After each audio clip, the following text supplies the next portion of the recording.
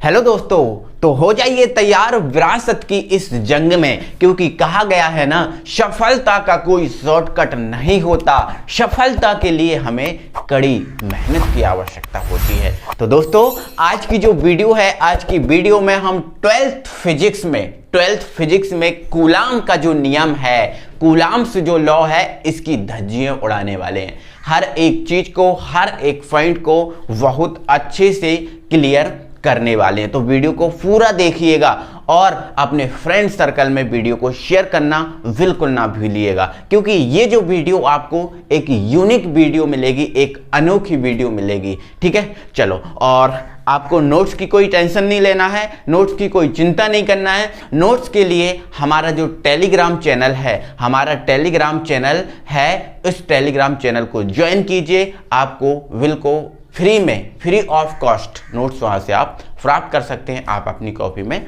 लिख सकते हैं। ठीक है, तो हमारा आज का जो है टॉपिक वो है कूलाम्स का नियम, कूलाम्स लॉ। ठीक है, अब बट इस कूलाम्स नियम को समझने से पहले आपको समझना होगा एक बल जिसका नाम है कूलाम बल। क्या है? कूलाम बल। इस कूलाम बल को दूसरे नाम से भी हम जानते हैं, जिसको हम स्थिर विद्युत बल भी बोलते हैं। स्थिर विद्युत बल भी बोलते हैं। स्थिर विद्युत बल या कूलाम बल हमें समझना होगा। समझ रहे हो ना? ठीक है, चलो। अब स्थिर विद्युत बल या कूलाम बल को समझने से पहले आप एक चीज को और समझो। देखो वो चीज क्या है। देखो मेरे भाइयों, मेरे बहनों, आपने पिछली साल 11th में आपने सार्वत्रिक, क्या सार्वत्रिक का मतलब जानते हो? सार्वत्रिक का मतलब सब में समान, सब जगह एक जैसा। सार्वत्रिक का मतलब क्या होता है? सब जगह एक जैसा। ठीक है, बट मैं यहां पर कभी भी सार्वत्रिक का यूज नहीं करूंगा, क्योंकि कूलाम का जो नियम है, कूलाम का जो बल है या स्थिर विद्युत बल है, ये सार्वत्रिक नहीं है। बट सार्वत्रिक जो है वो क्या है? गुरुत्वाकर्षण का नियम। गुरुत्वाकर्षण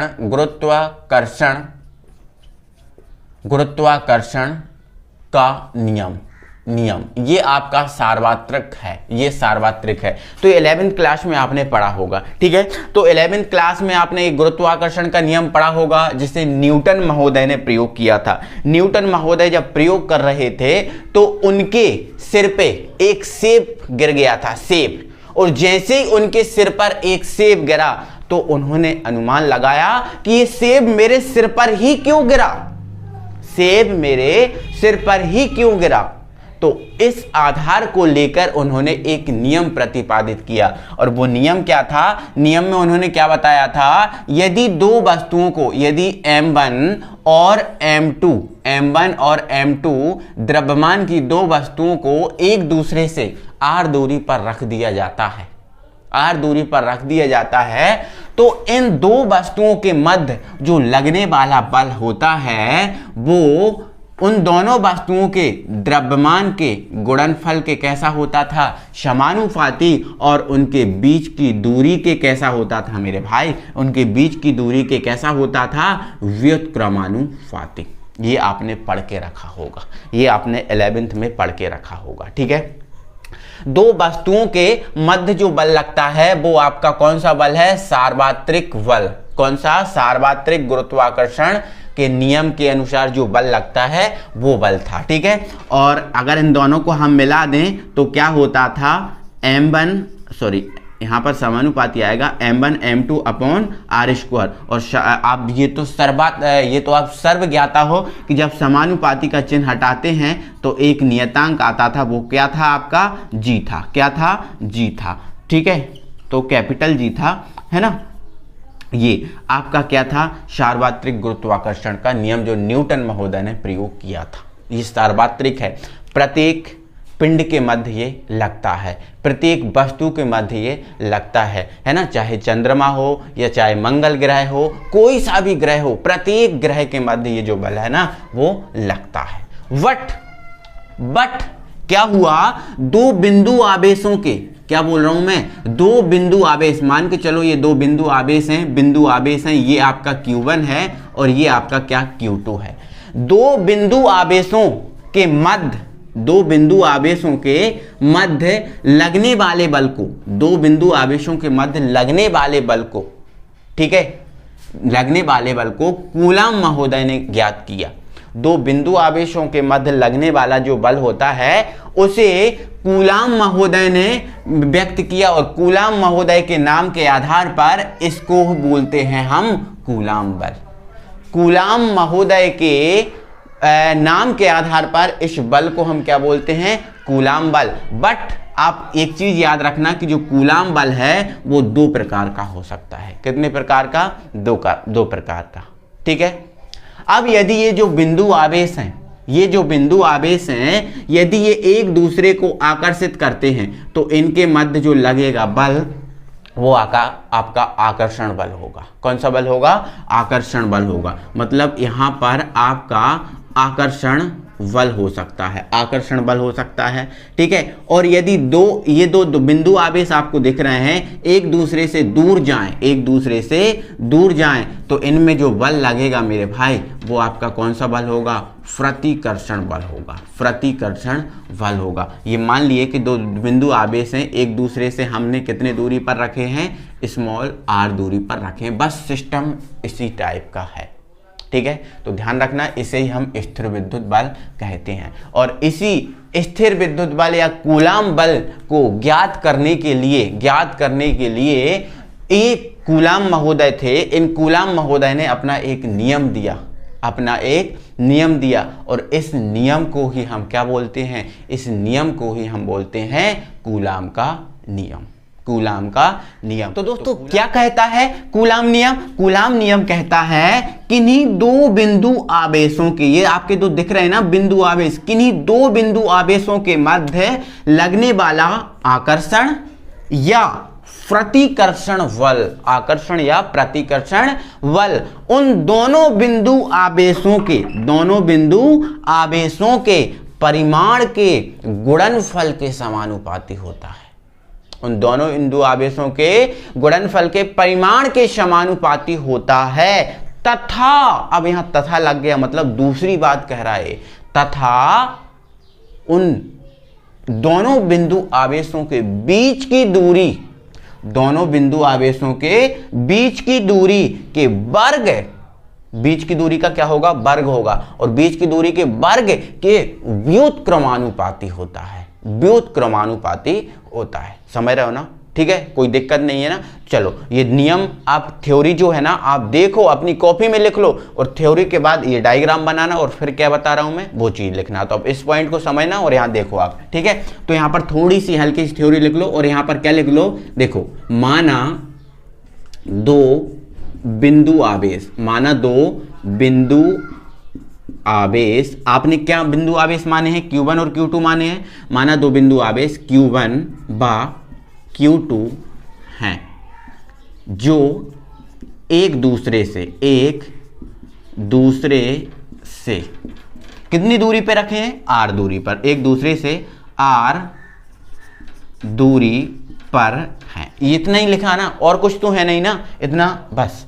अब आप आ जाओ बल पे, ठीक है। तो इनके मध्य जो आकर्षण बल है कितनी कंडीशन में है, दो कंडीशन में। पहली कंडीशन में क्या है, जो आपका आकर्षण और प्रतिकर्षण बल है वो दोनों बिंदु आवेशों के गुणनफल के परिमाण के कैसा होता है, समानुपाती। तो देखो ये आपका समानुपाती और दोनों बिंदु आवेश को गुणनफल, तो ये आपका गुणनफल Q1 डॉट Q2, ठीक है। इसको दे दो आप समीकरण नंबर 1, ठीक है। अब तथा में उन्होंने एक और बात कही है, तथा में उन्होंने क्या बात कही है कि जो आकर्षण और प्रतिकर्षण बल होता है उन दोनों बिंदु आवेशों के बीच की दूरी के वर्ग के कैसा होता है, व्युत्क्रमानुपाती। मतलब ये आपका जो बल है बीच की दूरी क्या है, R है ना, बीच की दूरी क्या है, R। इसका क्या करना है, हमें वर्ग करना है, मतलब R का हमने वर्ग कर लिया, और व्युत्क्रमानुपाती मतलब 1 के बटे में लेना है, ठीक है। समझ गए ना, इसको दे दो आप समीकरण नंबर 2। अगर ये चीज आप समझ के रखे हो तो इसमें आपको कोई प्रॉब्लम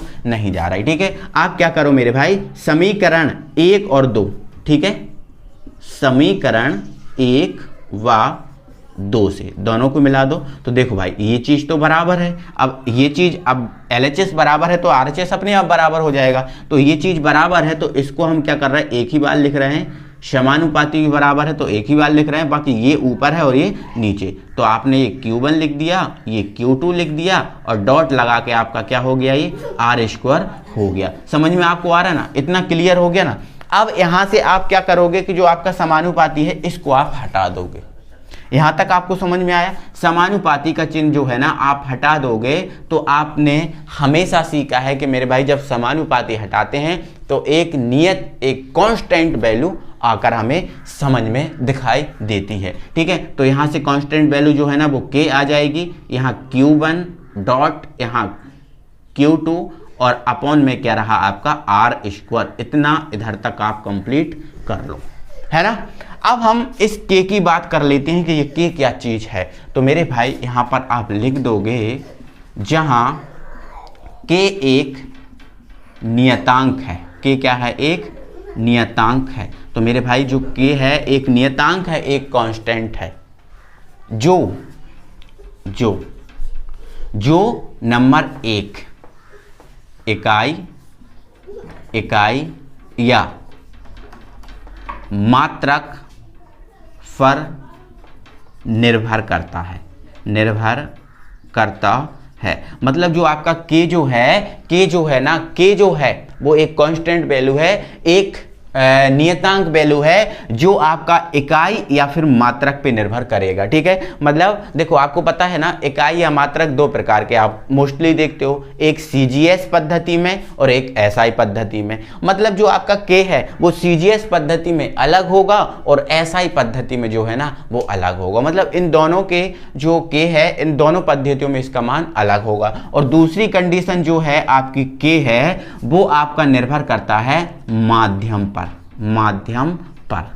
मतलब आपका वायु माध्यम है, जैसे आपका ये वायु माध्यम है, वायु माध्यम में हाथ चला रहा हूं मैं तो इजीली चल रहा है ना। यदि मान के चलो माध्यम हमारा जल हुआ और जल के अंदर मैं हाथ चलाऊंगा तो थोड़ा इतना इजीली नहीं चल पाएगा ना। ठीक है, तो इस प्रकार से जो आपका K है वो माध्यम के ऊपर भी निर्भर कर रहा है कि माध्यम आपका जल है ना, या माध्यम आपका वायु है, या माध्यम आपका क्या है।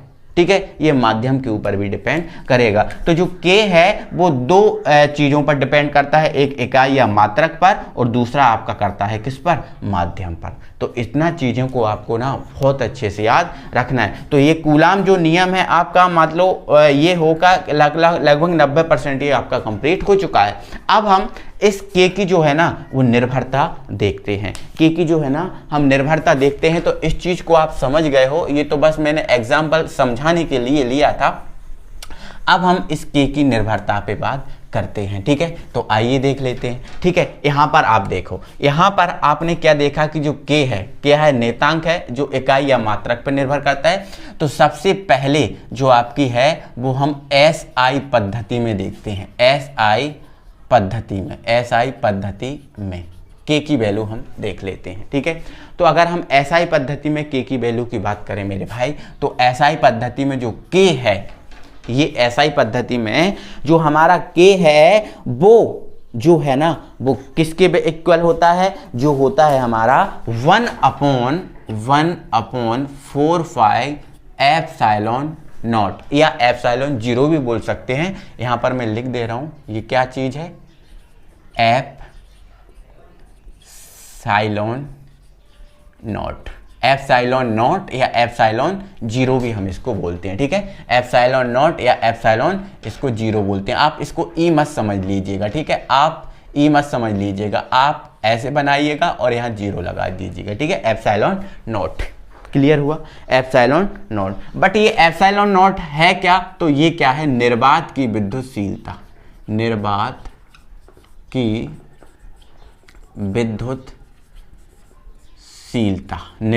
विद्युतशीलता है। ठीक है, निर्वात की क्या है, ये विद्युतशीलता है, एप्सिलॉन 0। क्लियर हुआ? कोई दिक्कत हो रही है? नहीं। अब यहाँ थोड़ी सी चीज़ों को समझना होगा आपको, थोड़ी सी चीज़ों को यहाँ समझना होगा कि मेरे भाई ये थोड़ी सी चीज़ है, ये है कि आपको एप्सिलॉन जीरो है, एप्सिलॉन जो जीरो है इसकी वैल्यू आपको याद रखना पड़ेगी। इसकी एप्सिलॉन जीरो की वैल्यू आपको याद रखना पड़ेगी, जो आपकी कितनी होती है, जो आपकी होती है 8.854, 8.854 इंटू 10⁻⁻12 है, 10⁻⁻12 ये वैल्यू होती है किसकी? एप्सिलॉन जीरो की। तो इस वैल्यू को यदि हम यहाँ पर उठा के रख देंगे तो ये हो जाएगा अपन 1, ये 4, और जो 5 है इसकी वैल्यू कितनी होती है आपको? 3.14 है, आपको पता ही है, ठीक है। और 8.854 इंटू 10⁻⁻12, 10⁻⁻12।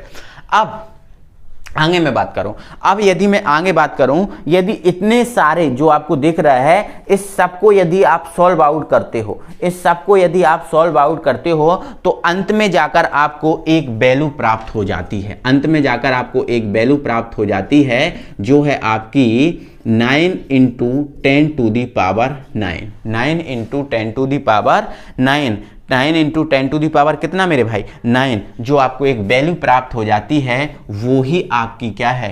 के की वैल्यू है, किसमें? एसआई पद्धति में, है ना। तो एसआई पद्धति में के की वैल्यू कितनी है? एसआई पद्धति में के की वैल्यू कितनी है? 9 इंटू 10⁻9। इस चीज को आप अब आज के बाद हमेशा याद रखना, क्योंकि ये चीज जो आपको बार बार काम में आती है। जब न्यूमेरिकल करते हो तो यही चीज आपको काम में आती है, न्यूमेरिकल जब आप करोगे तो यही चीज आपको काम में आने वाली है। तो ये आपकी किसकी वैल्यू है? के की वैल्यू है, किसमें? एसआई पद्धति में, एसआई पद्धति में, ठीक है। अब यहां से के की वैल्यू आपको मैंने निकाल के बता दी है, के का मान एसआई पद्धति में ये होता है और इसकी वैल्यू अंत में निकलती है, वो कितनी निकलती है? जो आपकी किसकी वैल्यू है? 9 इंटू 10⁻9, जो के की वैल्यू है, किसको? ये 9 इंटू, अगर मैं देखूं यहां पर समझो, 9 इंटू 10⁻9 है क्या? तो 9 इंटू 10⁻9 आया किसकी जगह है? तो 9 इंटू 10⁻, इसकी जगह आया है। मतलब कहीं ना कहीं अगर हम इस चीज को देखें कि 1/4 पाई एप्सिलॉन जीरो जो है वो 9 इंटू 10⁻9 के इक्वल में होता है। इसकी वैल्यू ये चीज ये होती है, 1/4 पाई एप्सिलॉन जीरो की जगह हम ये रख सकते हैं, समझ गए ना, ठीक है। चलो, तो अगर हम ये वैल्यू यहाँ पर रख दें, ये वैल्यू यहाँ पर रख दें तो हमारा, इसको आप समीकरण नंबर 3 दे सकते हो, कोई दिक्कत नहीं है, ठीक है। तो यहाँ पर लिख दोगे समीकरण 3 से, ठीक है। तो f जो है ना वो क्या निकलेगा? के की वैल्यू हमने क्या रख दी? 1/4 pi epsilon zero Q1 Q2 upon r², ये आपका निकल जाता है क्या? कूलाम का नियम। कौन सी पद्धति में? एसआई पद्धति में। आई होप कि आप समझ गए होगे, कोई दिक्कत नहीं होगी, ठीक है। तो ये मैंने आपको पूरा टोटल बताया। अब थोड़ा सा और आगे बढ़ाता हूं। अब जो एसआई पद्धति है, एसआई पद्धति में यदि मैं यहां से के की वैल्यू मात्रक निकालूं, के का क्या निकालूं? मात्रक निकालूं, तो आप यहां पर देखो मात्रक, कोई दिक्कत नहीं है। के का मात्रक निकालना है ना, मुझे किसका मात्रक निकालना है? के का मात्रक निकालना है। थोड़ा सा आप चेक करना, समझना थोड़ी चीजों को, ठीक है। तो दोस्तों मैं जो के का मात्रक है वो मैं इस फॉर्मूले से निकालने वाला हूं, ठीक है। तो देखो यहाँ पे समझना, देखो के का हमारा देखो फॉर्मूला वहां पर क्या है? F = K, ठीक है। यहाँ से आपका Q1, यहाँ से आपका Q2 अपॉन में क्या आ जाएगा? आपका r², ठीक है। तो आप जानते हो कि जो बल है, बल का मात्रक क्या होता है? न्यूटन होता है, ये लिख दिए न्यूटन। आवेश का मात्रक क्या होता है? कूलाम। कितने आवेश हैं? 2, एक Q1 और Q2। तो इसका भी कूलाम, तो ये क्या हो गया? Coulomb square. एक सेकंड, ये आपका के रखा रहने दो, ये आपका क्या हो गया? कूलाम स्क्वायर, क्योंकि 2 कूलाम है ना, ठीक है। आर का क्या होता है? मीटर, बट 2 हैं तो ये क्या हो जाएगा? मीटर स्क्वायर, है ना। यदि के की वैल्यू निकालूं तो इसको मैं इधर ले जाऊंगा, इसको मैं इधर ले जाऊंगा, ठीक है। तो ओवरऑल अगर मैं बात करूं, यदि मैं बात करूं तो एक सेकेंड यहाँ देखता हूँ, तो यहाँ देख लेता हूँ। चलो, के की वैल्यू अगर निकालूं तो ये आपका इधर चला जाएगा, तो ये आपका हो जाएगा न्यूटन, मीटर स्क्वायर अपॉन ये बटे में चला जाएगा तो ये आपका हो जाएगा कूलाम स्क्वायर। तो ये इसका क्या आ गया, मात्रक आ गया। मतलब आप जब ये चीज़ कंप्लीट करो तो यहाँ पर इसका मात्रक जरूर लिख देना, जो क्या होता है आपका newton metre square upon coulomb square, newton metre square upon coulomb square. लेकिन यही चीज देखो, ये तो हमारा किसका मात्रक आया एसआई पद्धति में, के का मात्रक आया। किसका मात्रक आया, के का मात्रक। लेकिन अगर इसी यहां पर अगर हम देखें एप्सिलॉन, देखो अभी ये के का मात्रक आया ये, अगर हम एप्सिलॉन जीरो के मात्रक की बात करें, जो आपका एप्सिलॉन जीरो आपको दिख रहा है, यदि इसके मात्रक की बात करें तो देखो ये के जो है और ये यहां है, तो ये के का जो है ना जस्ट उल्टा है ना, उल्टा है, ये ऊपर है ये नीचे है। मतलब ये दोनों आपस में कैसे हैं, व्युत्क्रमानुपाती, क्योंकि 4 का तो कोई मात्रक नहीं होता और पाई जो है पाई का भी कोई मात्रक नहीं होता। मतलब ये और ये आपस में कैसे हैं, व्युत्क्रमानुपाती हैं। तो इसी के अकॉर्डिंग यदि मैं एप्सिलॉन जीरो के मात्रक की बात करूं तो एप्सिलॉन जीरो का मात्रक क्या हो जाएगा, जो के का मात्रक है उसका उल्टा हो जाएगा। मतलब इसका उल्टा कर दो तो ये हो जाएगा आपका coulomb square upon newton into metre square. समझ रहे हैं ना, कोई दिक्कत है।